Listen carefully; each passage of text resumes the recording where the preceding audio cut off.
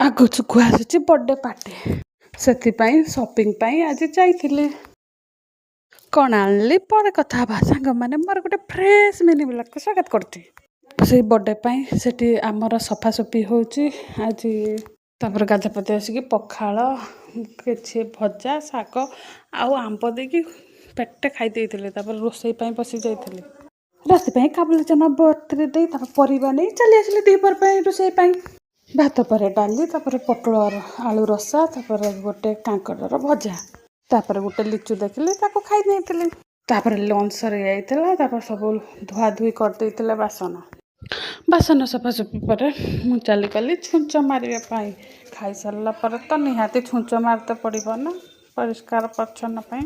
ସେଠି ଛୁଞ୍ଚ ମାରିଦେଇ ଆସିକି ମୁଁ ଏତେ ଗରମ ଯେ ମୁହଁ ଧୋଇକା ଦିନ ସାରା ଚାଲିଗଲା। ଏତେ ଝାଳ ବହୁଛି ନା। ଏ ବର୍ଷ ତ ଭାରତକୁ ଯେମିତି ନଜର ଲାଗିଯାଇଛି। ଭାରତରେ ତ ଏମିତି ନିଆଁ ପେଣ୍ଟୁଳା ଖସୁଛି।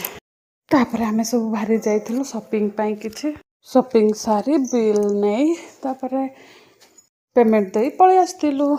ଗରମରେ ତ ଯାହା ଲାଗୁଛି ନା, ସେଥିପାଇଁ ଜଲ୍ଦି ପଳେଇ ଆସିଥିଲୁ।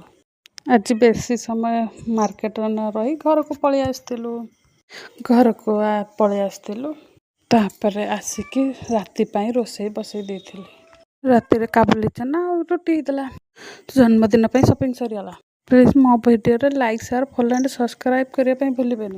ବର୍ଥଡେ ପାଇଁ ଗିଫ୍ଟ କ'ଣ ଆଣିଲି କହିବି ନେକ୍ସଟ ଭିଡ଼ିଓ। ଜୟ ଜଗନ୍ନାଥ।